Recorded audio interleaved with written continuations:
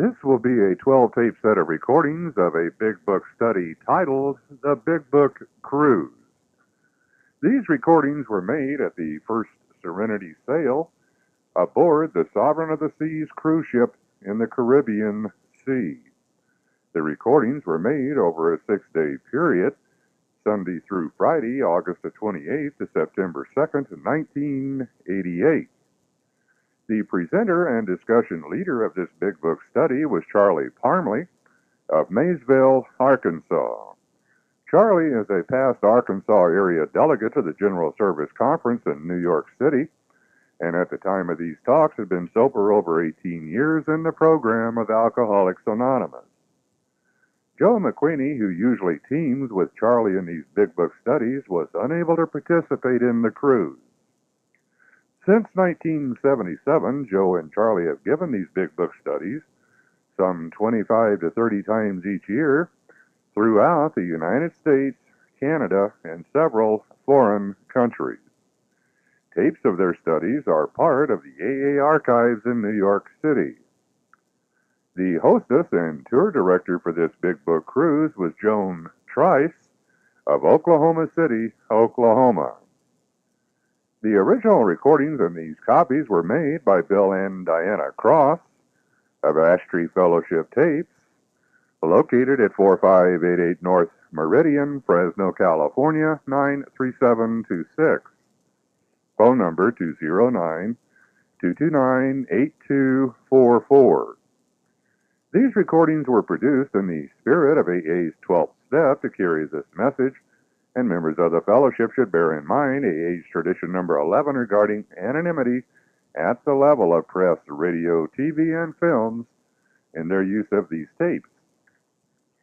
The format of these recordings have 8 shipboard sessions broken down into 12 tapes for the listening and study convenience of the listener. Half of the sessions were over 2 hours in length, necessitating editing to fit tape time and subject matter. Each individual tape will have a short introduction explaining the tape content and the listening time. Each tape will close with a reference to the next tape's study content.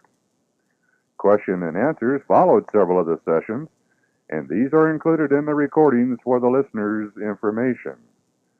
Charley and the group suggested that shipboard announcements not be edited out, but be left on tape as a colorful reminder of the setting and the occasion. The total playing time for this entire set of recordings will be 792 minutes, or approximately 13 and a quarter hours of listening time.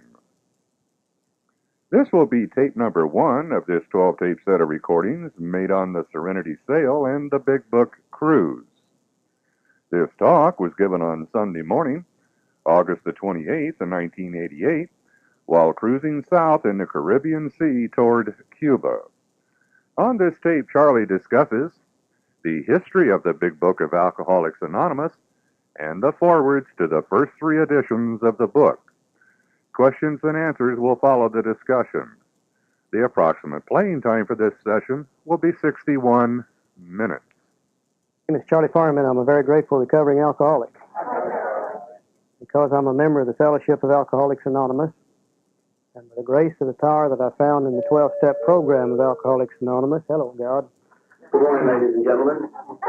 This is a message to remind all passengers that starting in 20 minutes' time at 9:30 in the Follies Lounge on Deck 5, there will be a very interesting and informative shopping centre. This is about the shops and services on board our vessel.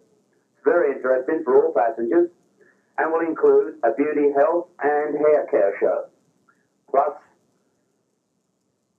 also items from the fitness center boutique and a fashion show from our shops on board.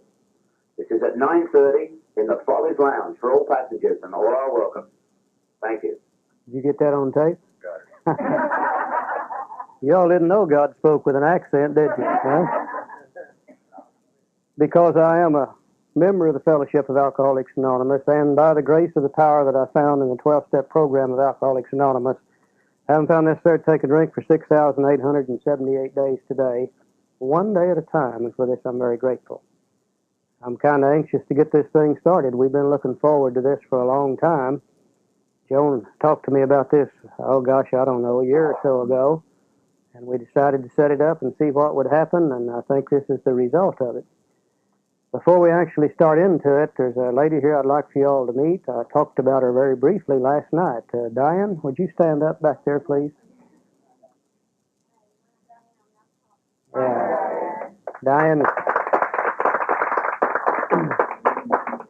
the lady from California whose son is rooming in my room, and we're real glad to have her here this morning. And I think she's glad to be here this morning also. We always state when we first start one of these big book studies that we try to keep it as informal as we possibly can. You know, there's no reason why we have to get real formal and standoffish. We're going to find a lot of humor in the big book. We think a big book study should be a lot of fun as well as a learning process. Our book tells us that it is designed for living that really works under all circumstances. And if we can find the way to live according to the book, we should be able to enjoy ourselves everywhere we go. I insist on it myself. I've had about all the sickness I want. I've had all the sad days that I want. I like to be happy, joyous, and free everywhere that I go. So in the conducting of this thing, let's try to always keep it informal, keep it to a real fun situation as well as a learning situation. I also like to say that, of course, none of us can speak for AA as a whole, and you are most certainly free to agree or disagree with anything that we'll say during this week about the big book, as you see fit. In fact, if we say something that can't be reconciled with what's in the big book, maybe you just better not pay any attention to that at all. So we'll try to keep most of the comments on the book itself. You know that I love to tell jokes, those of you that know me. And I've got a little joke I'm going to start with this morning. It is about a young lady. Some of my jokes are, some are about young men, some about old men too. But this particular joke, some of you have heard it, I'm sure, but it's about a young lady who was having a little trouble in the breast department. They were not large enough, and she wanted some way to increase the size, and she had heard of a specialist named Dr. Vanderpool. And she went to see him, and he said, oh, yeah, I specialize in that particular kind of work. He said, there's several ways we can alter the shape and the size, but he said, I must warn you, most of those, though, are very painful. They involve surgery. And he said they're very, very costly. He said, really, I've developed an exercise within the last few years that if you would follow it faithfully, twice a day, never miss, I guarantee you that it'll work. And you can increase the size just as much as you want, as long as you want to practice the exercise. He said, well, great, doctor. He said, tell me what I have to do. He said, well, in order to do the exercise, you stand up, and you put your feet together, and you put your arms out at the side, and you say, Mary had a little lamb, its fleece was white as snow. And everywhere that Mary went, that lamb was sure to go. And he said, if you'll do that every morning at 8 o'clock in the morning, every afternoon, 4 o'clock in the afternoon, never miss a day, I guarantee you that it'll work. She said, oh, great, fine, doctor. So she goes on home, and she takes care of her regular business, and she's doing her exercise on a daily basis. And one day while traveling to an airport terminal building, bags in hand, she happened to look up on the wall, and the clock said 4 o'clock in the afternoon. And she said, oh my God, what do I do now? I don't dare do that exercise here in front of all these people. And then she said, well, what difference would it make? They don't know me, and they wouldn't know what I'm doing anyhow. So she sets her bags down on the floor, and she puts her feet together and puts her arms out the side. She said, Mary had a little lamb. Its fleece was white as snow. And everywhere that Mary went, that lamb was sure to go. A fellow over against the wall had been watching her, and he kind of sidled up to her, and he said, lady, he said, do you happen to know a Dr. Vanderpool? And she said, yes, I do. How do you know him? And he said, hickory, dickory, dock.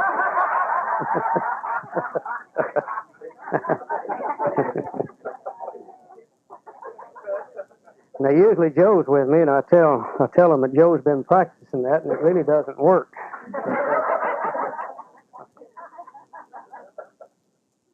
In talking about our book, which we'll be doing all week, I brought 2 or 3 with me that I think you would like to see. This is an original first printing, first edition. This came out in 1939.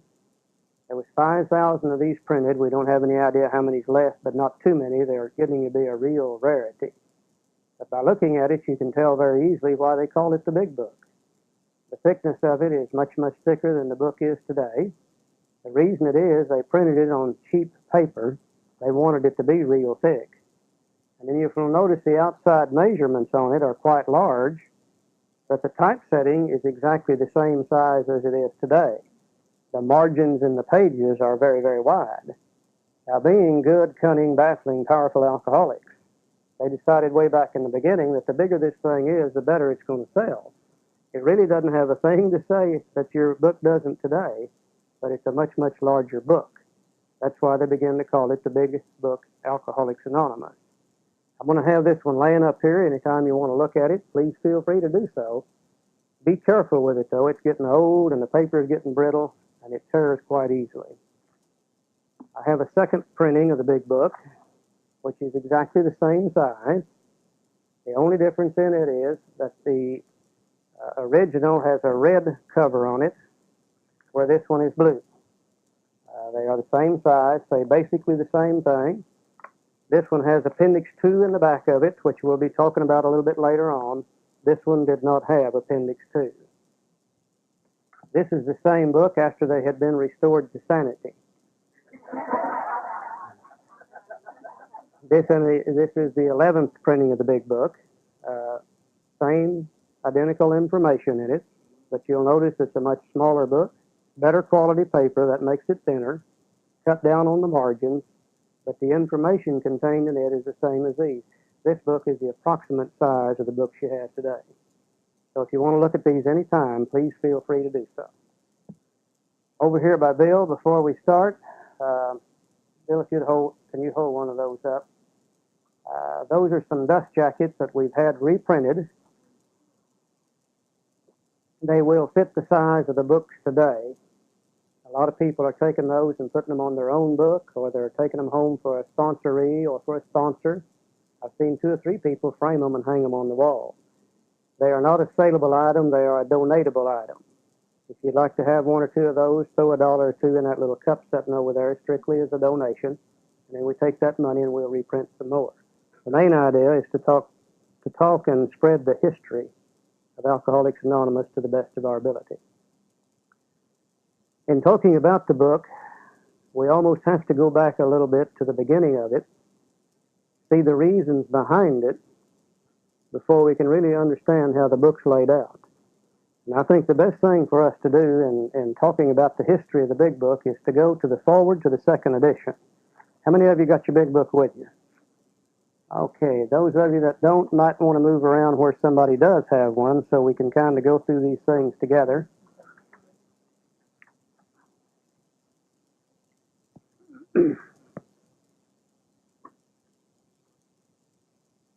In the forward to the second edition on Roman numeral 15, I'll get that thing out of my way, it bugs me. On Roman numeral 15, the last paragraph on that page says, the spark that was to flare into the first AA group was struck at Akron, Ohio in June 1935, during a talk between a New York stockbroker and an Akron physician. 6 months earlier, the broker had been relieved of his drink obsession by a sudden spiritual experience, following a meeting with an alcoholic friend who had been in contact with the Oxford groups of that day. He had also been greatly helped by the late Dr. William D. Silkworth. Okay, we've got a bunch of names here we need to look at before we can really get too deep into the book. First, the broker from New York City. I think broker is a nice word to use to describe him. He was a conning, manipulating, New York City stock speculator is what he was. And he made his living by selling fast-talking to slow-thinking people, like so many of we alcoholics did. But to be nice to him, they referred to him as a stockbroker. This is a guy named Bill Wilson.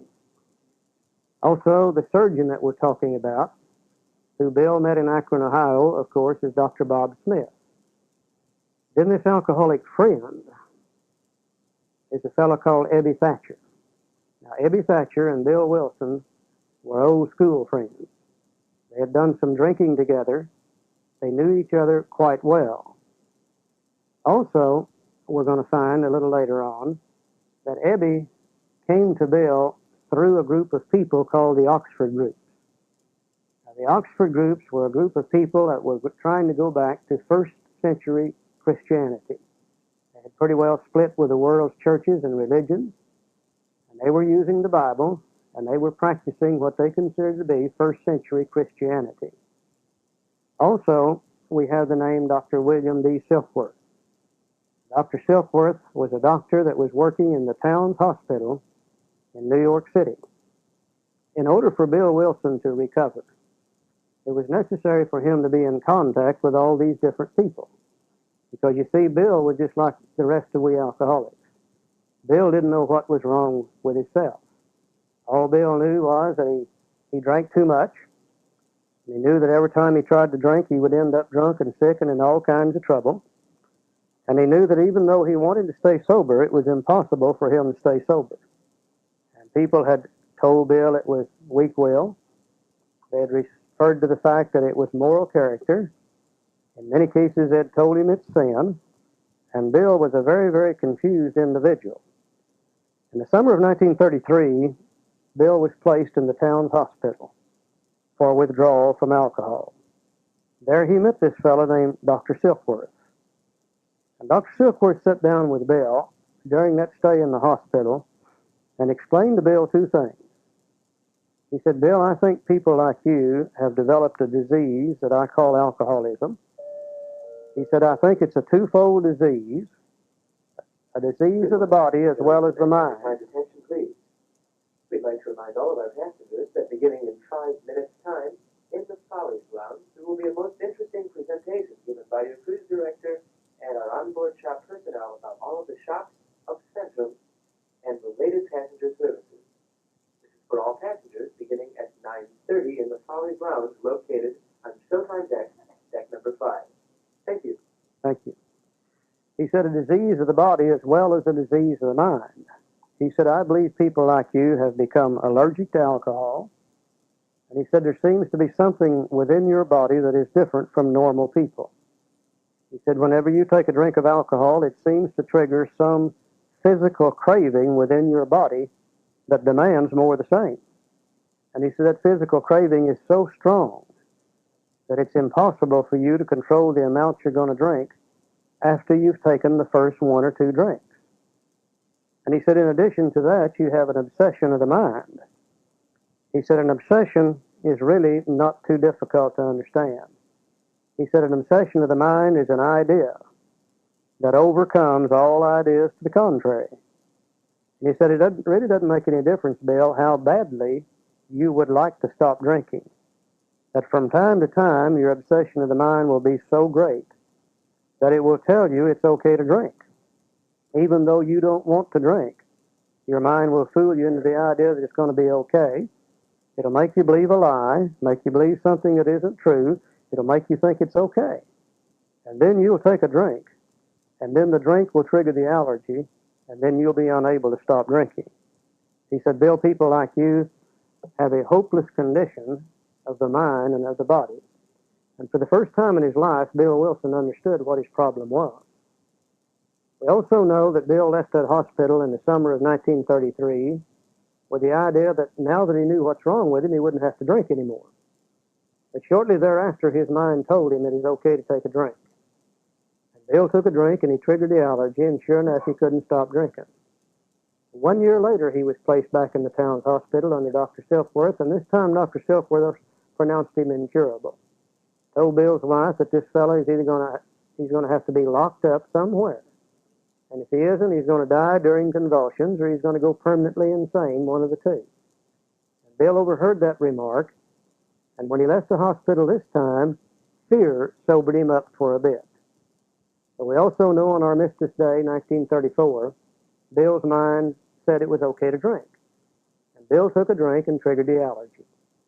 A little later on in Bill's story, we're going to see how toward the end of November, he was visited by this old school friend, this guy named Ebby Thatcher. Now, Bill already knew what his problem was. But of course, you and I know that self-knowledge does not fix the problem. When Ebby came in and visited with Bill in Bill's kitchen, he brought Bill two other pieces of information. He brought Bill the solution, and he brought Bill a program of action. And he said, Bill, I've been going to this group of people called the Oxford Group. And they have told me that if I could find a power greater than human power, and he said, evidently it's got to be greater than human power because none of us have recovered through human resources. He said, the doctors haven't helped us, the psychiatrists haven't helped us, the preachers haven't helped us. But he said, if we could find this power greater than human power, we could recover. And he said, they told me what I needed to do was to have a vital spiritual experience. And he said, if I can have that, I could find the power. And he said, they also showed me a little practical program of action. And he said, they told me if I would do what that program of action said, I could find that power, and then I wouldn't have to drink. And he said, I haven't had a drink in 2 months. And Bill knew Ebby, and he knew that if Ebby had stayed sober 2 months, something great had taken place in Ebby's life. He knew that he had to have some power greater than Ebby power. So for the first time, Bill knew 3 things. He knew the problem. He got that from Dr. Silkworth. He knew the solution, the vital spiritual experience, which came to him through Ebby, through the Oxford group, and he also knew the practical program of action necessary to find the vital spiritual experience. We know that Bill was put back in the town's hospital in the early part of December of 1934. And while in the hospital, Ebby visited with him.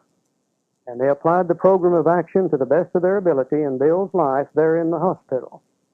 And Bill had what he always referred to as a vital spiritual experience, during which the old ideas were cast aside and they were replaced with a new set of ideas. And Bill had recovered from the disease of alcoholism because of these 3 things. He knew the problem, he knew the solution, and he knew the practical program of action. We also know that Bill tried to work with other alcoholics in New York City. That was one of the tenets or the ideas that had come from the Oxford group. And none of the people he tried to work with responded to him. None of them seemed to want what he had to offer. And one day, while back at the town's hospital, visiting with another alcoholic, he stopped in and he talked to Dr. Silkworth. And he said, Doctor, I've been trying to give away what I have received so freely myself. And nobody seems to want this at all. He said, what am I doing wrong? And the doctor said, well, Bill, you probably are trying to cram that vital spiritual experience that you had up here, that great hot flash in the hospital here, down their throat. And he said, you don't cram anything down the throat of an alcoholic. They'll just vomit it right back up every time. He said, what you really need to do, he said, why don't you tell them what I told you? He said, every alcoholic that I know wants to know 2 things. Number 1, why can't I drink like I used to without getting drunk? And number 2, why can't I stay sober now that I want to stay sober? And he said, if you will explain that to them, you will get their interest. And then you can probably talk to them about spiritual matters. Explain to them the hopeless condition of the mind and of the body. Now, we don't think it's by accident that the very next person Bill talked to happened to be Dr. Bob in Akron. Now, people like to think that Bill went to Akron purposely to see Dr. Bob, but that isn't true at all. Bill went to Akron on one of his deals. They were putting a thing together where if they could get enough proxy votes, they were going to take over a company in Akron, and Bill was going to get to be the president of the company. So he went to Akron to become the president of this company. I can almost see this today. Now, this is during the Depression. Bill didn't have any money at all. And none of the rest of them really had any money, but he's still going to be the president of the company. You know, this is typical alcoholic thinking that he's going to take over anyhow. While in Akron, the business deal fell through. Bill was standing in the lobby of the Mayflower Hotel, and Bill was very sad, very depressed, didn't feel good at all. He happened to look through the door into the bar, and the lights were low, and the music was playing, and the smoke was thick, and the people were laughing. And Bill's mind said, I believe I'll go in there and have a soda, and I'll feel better because I'll be with people of my kind. But as he started to go through the door, for the first time, his mind said, no, Bill, you can't do that. If you go in there, you're going to end up getting drunk. So Bill remembered how back in New York City, even though he had never been able to help anybody, that every time he had tried, that he himself had felt better. So in desperation, he made a few phone calls.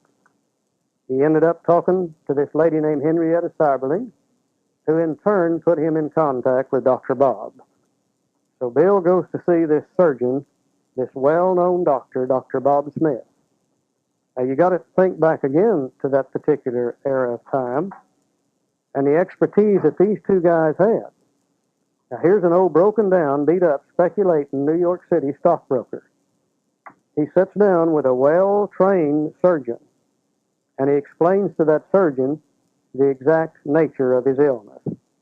Explained to him the disease of the body and the disease of the mind, and convinced him of the hopeless condition of alcoholism. Now, normally the doctor would have said, "Who in the hell are you to be telling me what's wrong with my mind and my body?" But the message had such depth and interest that Dr. Bob bought into it immediately. Now let's go back to this first paragraph and follow along a little bit more. In the middle of the paragraph, he said, from this doctor, the broker had learned the grave nature of alcoholism.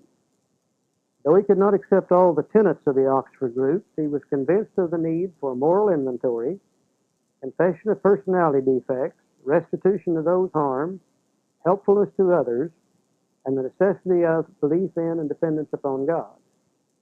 Prior to his journey to Akron, the broker had worked hard with many alcoholics on the theory that only an alcoholic could help an alcoholic, but he succeeded only in keeping sober himself. The broker had gone to Akron on a business venture which had collapsed, leaving him greatly in fear that he might start drinking again. He suddenly realized that in order to save himself, he must carry his message to another alcoholic. And that alcoholic turned out to be the Akron physician. The physician had repeatedly tried spiritual means to resolve his alcoholic dilemma, but had failed. But when the broker gave him Dr. Silkworth's description of alcoholism and its hopelessness, the physician began to pursue the spiritual remedy for his malady with a willingness he had never been able to muster. He sobered never to drink again up to the moment of his death in 1950.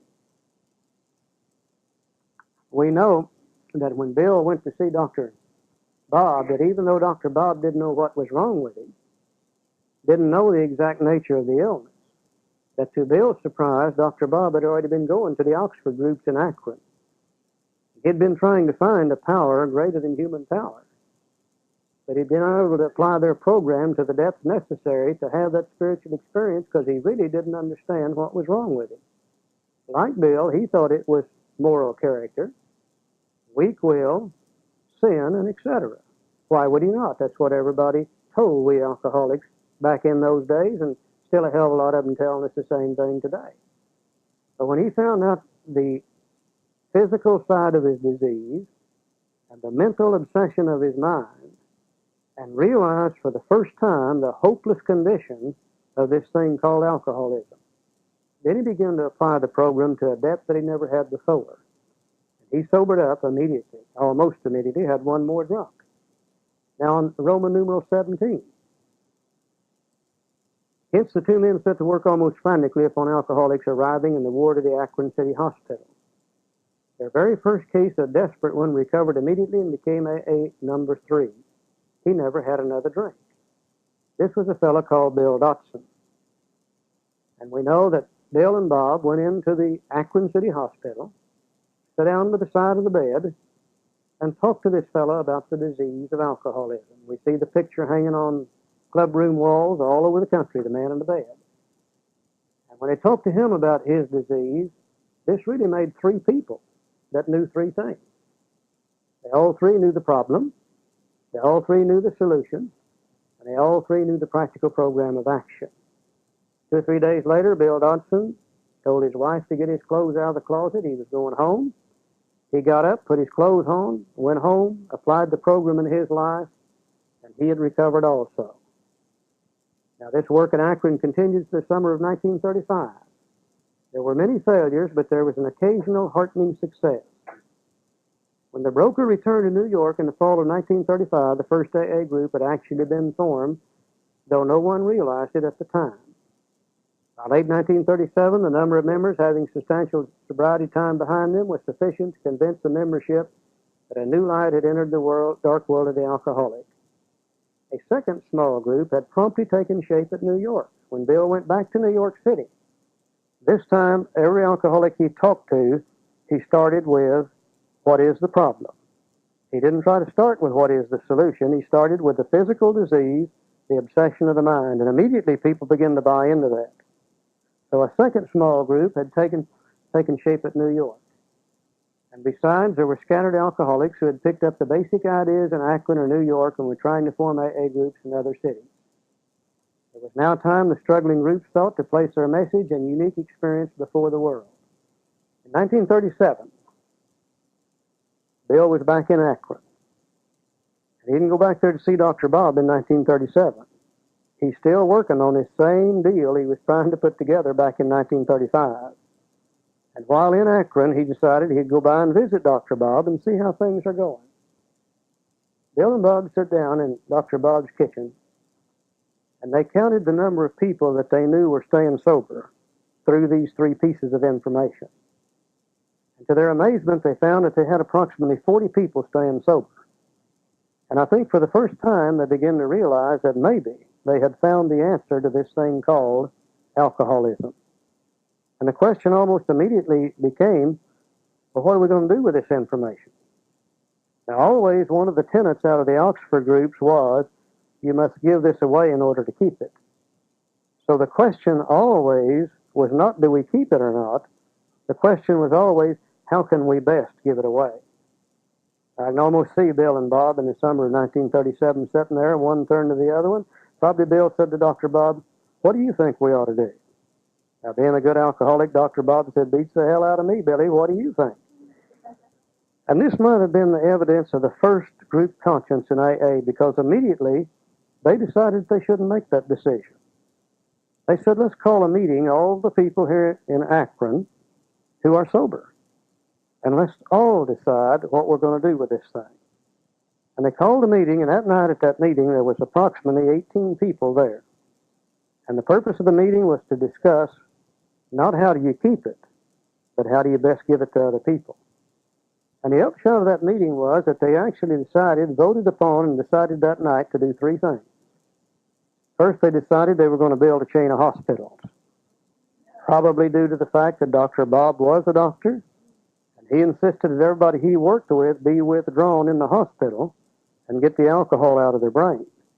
Now, this chain of hospitals was going to be eventually worldwide, so that any alcoholic anywhere that needed withdrawal and treatment would have that available to them. Probably the first floor was going to be to withdraw from the alcohol itself. Second floor, probably going to be a treatment center operation where they could teach them these ideas that they had. Maybe a third floor, where you retrain us and give us new jobs after we get sober. And I always laugh at that. I don't really know any alcoholics that need retraining. Most of us have 4 or 5 occupations, you know. You almost have to have if you're going to be a practicing alcoholic. And the fourth floor was going to be maybe a live-in workout arrangement where they could pay room and board. Second thing they decided to do that night, they were going to hire and train a group of missionaries. And these missionaries would spread out all over the United States and eventually all over the world to carry this great message of recovery to every alcoholic wherever they might be. The third thing they decided that night was that they better take this information that they had and in some way put it down in a written form. So first, that it would not be lost in the future, and so second, that it would not be changed. You know, human beings tend to change things. And left to our own resources, carrying this information by word of mouth as they were doing in those days, gradually that information would be changed until eventually it would become so garbled that it would be practically worthless. And they said, what we better do is put this down in a written form so it will remain pure for people to use in the future. And I think also, second, somebody said, how the hell are we going to pay for those hospitals and those missionaries? And somebody said, we'll write this book and we'll sell it and it'll make $1 million. The world's never seen anything like this before. And then we'll use that money to support the missionaries and the hospital. So they made the decision in 1937 to write this thing called the Big Book. In that last paragraph on Roman numeral 17, it says this determination bore fruit in the spring of 1939 by the publication of this volume. The membership had then reached about 100 men and women. In that 2-year period from 37 to 39, they had gone from 40 to 100. The fledgling society, which had been nameless, now began to be called Alcoholics Anonymous from the title of its own book. And I think this is a very important thing that we must remember when we start dealing with the Big Book. This little society, this 40 people, which had turned out to be 100 people, had never really had a name. They had been a part of the Oxford group. Now, they didn't particularly like the Oxford groupers. The Oxford groupers were very, very religious in nature. They had some things called the absolutes, such as absolute love, absolute purity, absolute honesty, absolute unselfishness. And alcoholics said, my God, we can't live up to that. The Oxford groupers didn't particularly like the alcoholics either, because we'd sit around and talk about some of the things that we would do during our drinking sprees, and my God, that like to blew their mind. And we'd drop cigarette butts on their floors, and we'd spill coffee on their tables, and they wasn't really too crazy about the alcoholics, so there had always been a little bit of friction there. Sometimes these drunks were called the drunk squads of the Oxford group. So they really didn't have a name. Now somebody, and I guess probably it came from out of Cleveland. The third little group had started up in Cleveland. And somebody from that group, maybe a guy named Clarence Snyder, said, we are a bunch of alcoholics, and we're trying to remain anonymous. And he said, why don't we call our book Alcoholics Anonymous? Now, there'd been a lot of discussion on the title of this book also. At one time, Bill wanted to call it the BW Movement, and several other different titles. They got in a big fight over it.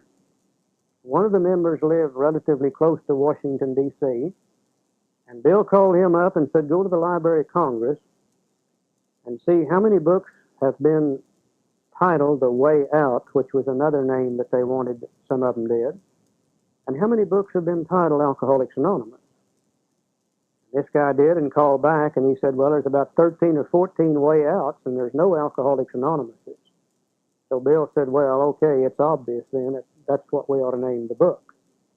So they decided to call the book itself Alcoholics Anonymous. Now, remember, the first Alcoholics Anonymous that the world had ever seen is this thing called the Big Book. Today, when you talk about Alcoholics Anonymous, we talk about a fellowship of people. But in the beginning, Alcoholics Anonymous was the title of a book. That was the first Alcoholics Anonymous the world had ever seen.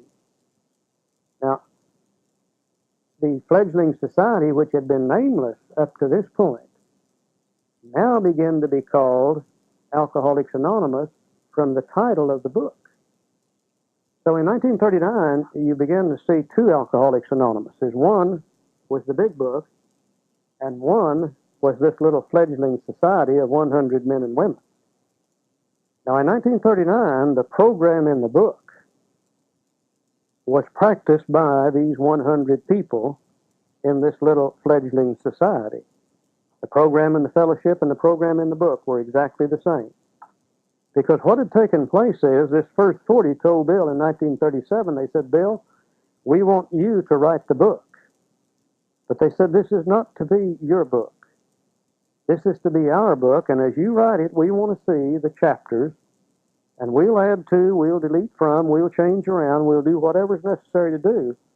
And when we're through with this book, it'll be the collective knowledge and experience of all 40 of us showing other people how we recovered from the disease.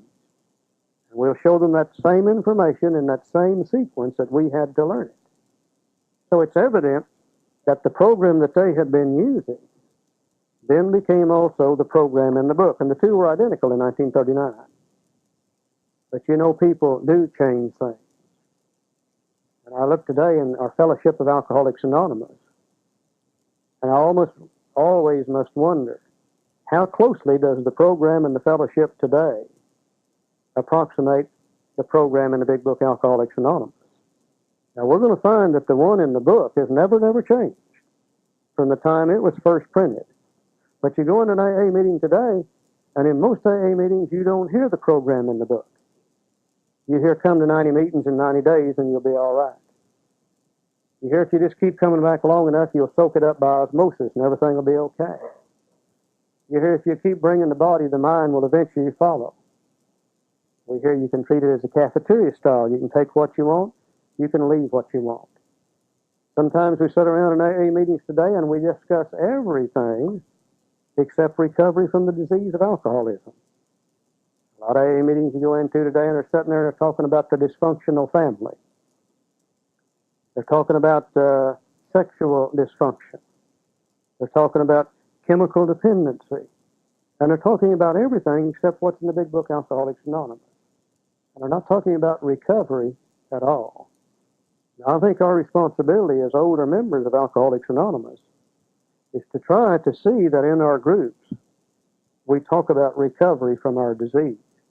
Now, many of our members blame that on the newcomer. And I say, well, it's those people coming to us out treatment centers. And they don't know anything about this thing at all. And all they want to talk about is what they learned in a treatment center. And I say, well, sure, that's true. Because that's all they know to talk about is what they've learned in a treatment center. And besides, people have been coming to Alcoholics Anonymous out of treatment centers ever since the day Bill Wilson came out of the town hospital. So this is nothing new whatsoever. I think what's really happening to us, though, is the older members are saying, I can't identify with them, they can't identify with me, and I believe I'll just stay home. And when the older member does that, I think then we abdicate our responsibility for Alcoholics Anonymous. Because if we stay home, then we've turned our meetings over to the newcomer who is the sickest of the sickest. And then that meeting is always going to revolve about the only thing that they know to talk about. And if they've come out of treatment centers, it's going to be a group therapy session, period. And you'll hear no Alcoholics Anonymous in it. I think for we older members, our job is to stand up and say, no, look, we know where you're coming from. Because many of us have been there also. But here is the program of Alcoholics Anonymous. It's in the big book, and nowhere else are you going to find it, period. And here we begin to talk about not the problem, but we begin to talk about how do you solve the problem. One of my favorite things is to go into one of those groups and say, okay, let's look at sexual dysfunction. Now, we got 2 pages in the big book that talk about a screwed up sex life. And if we'd go in there and read it and study it and do what it says to do, then sexual dysfunction will disappear. And I say, okay, you want to talk about the dysfunctional family? All right, we have a whole chapter in the big book devoted to the family afterwards. Now, if we'd go there and read it and study it and do what it tells us, then the family won't be dysfunctional anymore. And I say, if you want to talk about dual addiction, that's great. Let's go look at Bill's story. He talked about bathtub gin and high-powered sedatives. So really, we're all talking about the same thing, except there's some new terms been coined today, probably by the psychiatrists in the treatment centers, that really mean the same thing as the old terms that we have used, yet the recovery is identical, period. Doesn't make any difference whether we're old, whether we're new, or whether we're what. If you'd like to see what the results used to be, when the Fellowship of Alcoholics Anonymous and the program of Alcoholics Anonymous were the same, we can go to Roman numeral 20 and see what used to happen in their lives. Public acceptance of AA grew by leaps and bounds. For this, there were 2 principal reasons: the large numbers of recoveries and reunited homes. These made their impressions everywhere. Alcoholics who came to AA and really tried, 50% got sober at once and remained that way. 25% sobered up after some relapses. And among the remainder, those who stayed on with AA showed improvement. It's obvious that back in the beginning, when the fellowship program and the book program were the same, 75% of those people who came to AA and really tried this program recovered from the disease of alcoholism. I wonder what that percentage would be today. Is it 75% today? Is it 50% today? Is it 25% today? No, probably around 10, maybe 15%. It seems as though AA has become kind of a revolving door. Now, if you've got a home group, You happen to have something come up where you have to miss that home group meeting about 4 meetings in a row. Hell, when you go back, you don't know half the people there. You know, just coming in and out, in and out, in and out. Now, I realize some of that's because some of them don't want to get sober. But, you know, there's always been some of them that don't want to get sober. I don't think that's a new problem at all. I think the real problem is AA today is we've moved too far away from the basic program of Alcoholics Anonymous. We've carried this thing that you can do anything you want to, that nobody can tell anybody else what to do, that you can't teach. I think we've carried that to the point that it's absolutely ridiculous. You know, but new people come to us looking for a way to recover from the disease of alcoholism. We're the only people in the world that know how to do that. And I think our responsibility is to tell them how to recover from the disease. Now, if they choose not to do that, then that's their business. But I think our business is to make sure that everyone has the opportunity to recover, just exactly like the first 100 had, just exactly like how I had when I first came to Alcoholics Anonymous. I think that's our job as older members of AA. And if we don't do it, eventually we may lose the whole thing. You know, there was a group of people called the Washingtonians, and they were back not too awful many years ago, back in the last century. And they grew by leaps and bounds. They almost had the answer to this thing. Within the first 90 days, they had 6,000 people. Within a year or two, they had 40, 50, 60,000 people. President Lincoln addressed the Washingtonians one time. Their job was to try to keep people from drinking and also to help other people recover from the disease of alcoholism. Today, you hardly ever even hear about them at all, period. They tell us that one of the reasons they failed was because they did not have the traditions that we have today. But another reason they failed is they didn't have any program. Their program consisted of drunk-alongs, testimonials, one drunk sharing with another one, but no practical program of action. If you don't take a program of action, you're probably not going to recover from the disease of alcoholism. And we have certainly got away from ours in many, many cases. No more preaching. That's all the preaching we do all week long.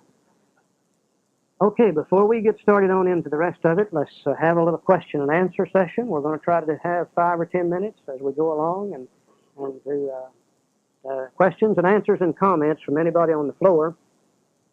Diane has a mic over here, and if we have a question, kind of hold your hand up or a comment, and she'll come to you with a mic, and that way the question and everything can get on the tape also. Anybody got anything right now? Charlie, I'm Bernie. I'm an alcoholic. What happened to Ebby Thatcher? Did he remain sober? No, Ebby went back to drinking. There's God again.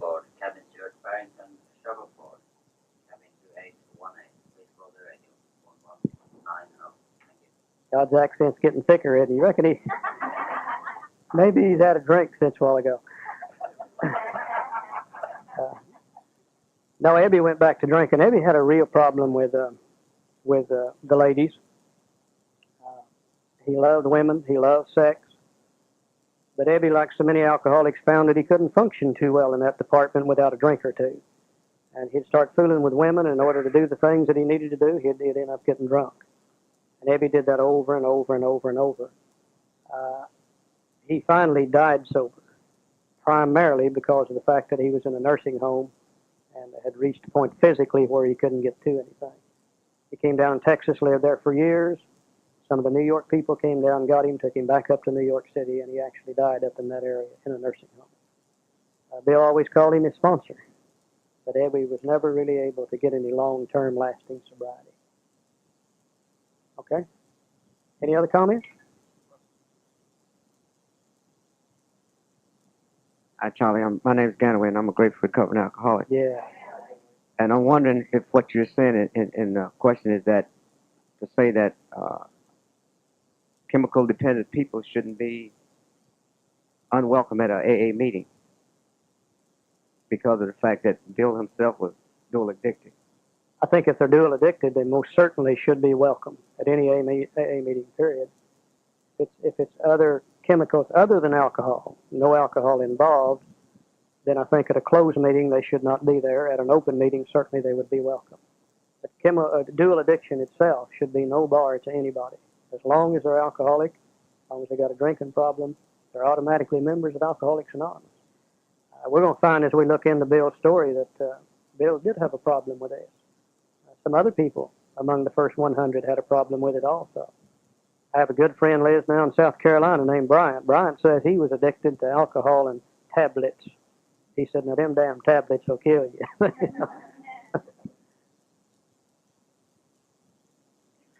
Hi, I'm Mary O, and I'm an Al-Anon and an ACOC. And Mary?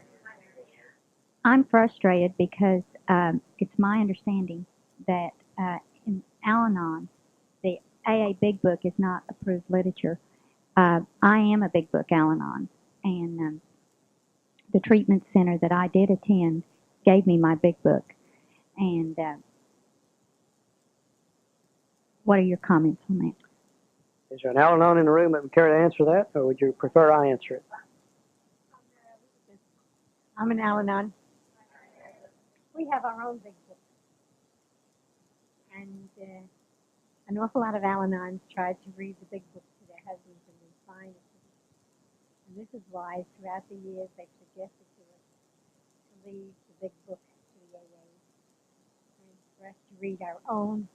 It used to be called Living with an Alcoholic, and it's called the Al-Anon Family Group. And it'd be the best $5 that you've ever spent if you treat yourself to that. Yeah, I find that Al-Anon is just like AA. The conference will not approve anything that's not printed by Al-Anon. Just like AA will not approve anything that's not printed by AA. And since the Big Book is printed by AA, Al-Anon does not consider that to be a piece of conference-approved material. Many Al-Anons do use it on the side to help work the steps. But I think, as she says, that so many of them used it to try to convince their husband of their alcoholism, or the wife, whichever the case might be. Many of the older members of Al-Anon had nothing else to use in the beginning. But now they do have some pretty good literature. Yeah. And you got a 12 and 12 now, haven't you? 12 steps anyhow. And yeah.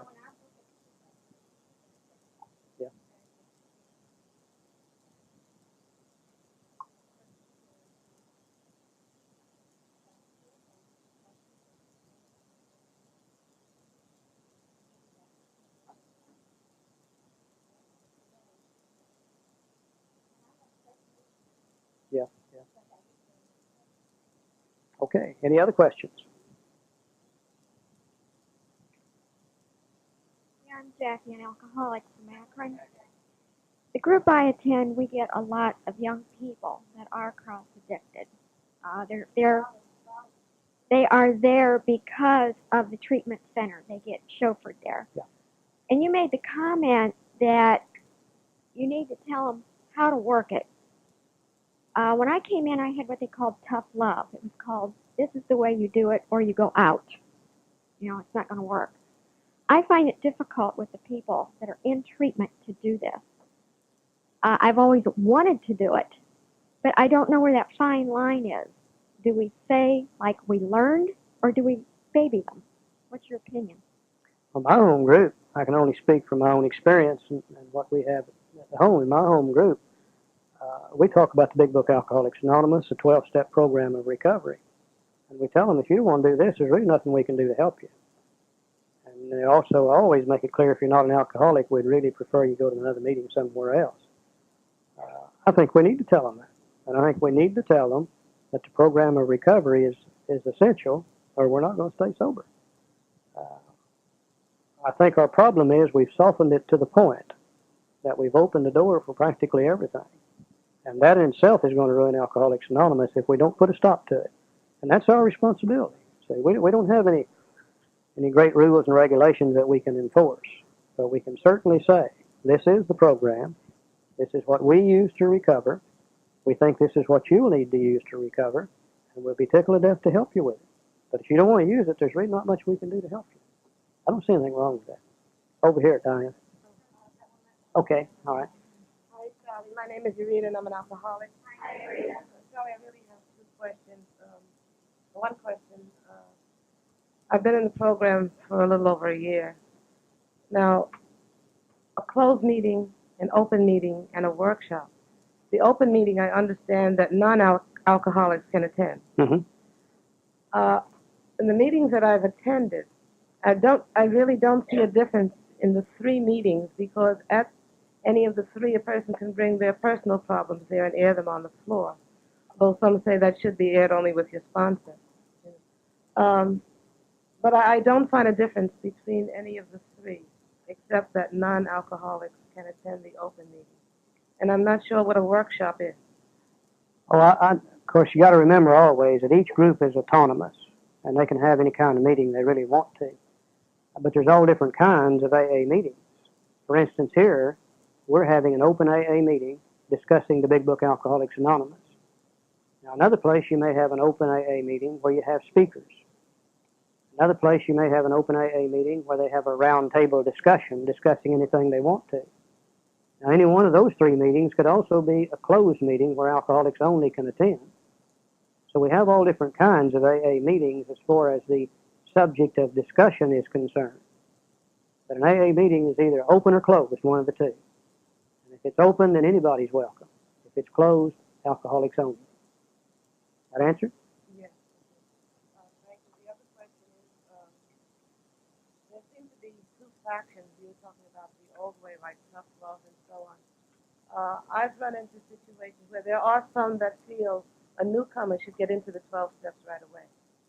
And some feel that it should be done the old way, where the newcomer stays on the first step maybe for about a year, because many newcomers are not emotionally or mentally capable of grasping the program. Okay, let me reverse that. The old way was that you get into the steps right now. Yeah, the new way developed over the last few years is you better wait for a while. In fact, I heard an AA, recovering alcoholic member of AA who's a counselor the other day say that he thought that any AA member ought to be sober 2 years before they ever try to do step 4. And I said, well, hell, you want them to get well before they do the steps, don't you? Really, the old way was immediately into the steps. Dr. Bob used to visit in the hospital. He'd say, do you believe in God? And the guy say, yeah. He'd say, get out of that bed and get on your knees. We're going to, and they started right there. Their program started with what we know today as step 3. And hell, he started them on them immediately. And that was the old way. The newer way is to procrastinate and put off and wait and wait and wait. And the thing wrong with that is we're in danger of getting drunk at any moment. So, okay, one more question, then we'll move on. Thank you. I'm Shirley Farnsworth, and I'm an alcoholic. Hi, Charlie. I'm going to quote you on what you were just talking about. You said last time I heard you that we don't wait to get well to take the steps. We get well as a result of taking the steps. But General Service Office has put out a new card. You may have seen it. It's a blue one. And on opposite sides, one side is an open meeting preamble, and on the opposite side is a closed meeting preamble. Yeah. And it goes through exactly the description you're getting for an open and a closed meeting, and our group has chosen through our autonomy to use that, and we use the closed meeting at 6 of our meetings a week, and our open speaker meeting, we read the other. Right. And it's pretty obvious, and people are not offended, and if they still stay, then one of the officers of the group, when we find out that they're not an alcoholic, we go over and quietly ask them if they'll, and tell them where they can find OA or Al-Anon or whatever. I think that little card is titled Our Purpose. Isn't that the name of that card? Our Purpose or something? Okay. Yeah. Of course, yeah, there's one of them right there. Of course, then the other thing I think we've always got to keep in mind that each group is autonomous. And each group can have about any kind of meeting they want to. In fact, a group really doesn't have to follow traditions if they don't want to. They probably fail if they don't. But they really don't have to follow traditions.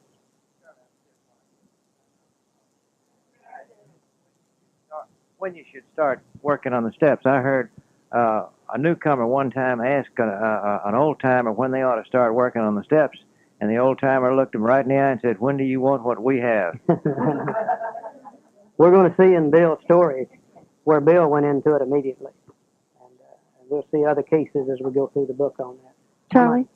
I'm Diana Cross, a grateful alcoholic.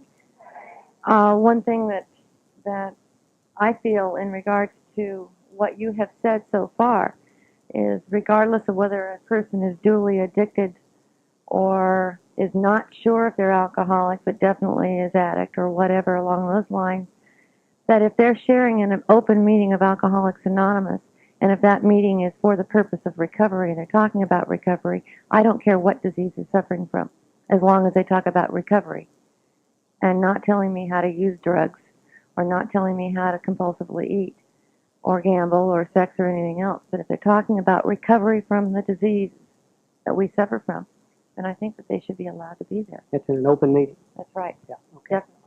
Okay, this card says this is a closed meeting of Alcoholics Anonymous. In support of AA Singleness of Purpose, attendance at closed meetings is limited to persons who have a desire to stop drinking. If you think you have a problem with alcohol, you are welcome to attend this meeting. We ask that when discussing our problems, we confine ourselves to those problems as they relate to alcoholism. Closed meeting. This is an open meeting of Alcoholics Anonymous. We're glad you're all here, especially newcomers. In keeping with our singleness of purpose and our third tradition, which states that the only requirement for AA membership is a desire to stop drinking, we ask that all who participate to their problems with alcohol. So that's a pretty good definition of an open and a closed meeting. Basically, we discuss alcoholism in either meeting, but anybody is free to attend an open meeting of Alcoholics Anonymous. Okay? All right, let's go to the preface for just a moment. 2 or 3 little ideas we need to look at. This will conclude Charley Parmley's discussion of the history of the Big Book of Alcoholics Anonymous and the forewords. Please go to tape number 2 of this 12-tape set of recordings for his discussion of the preface and the doctor's opinion, Roman numeral pages 23 through 30.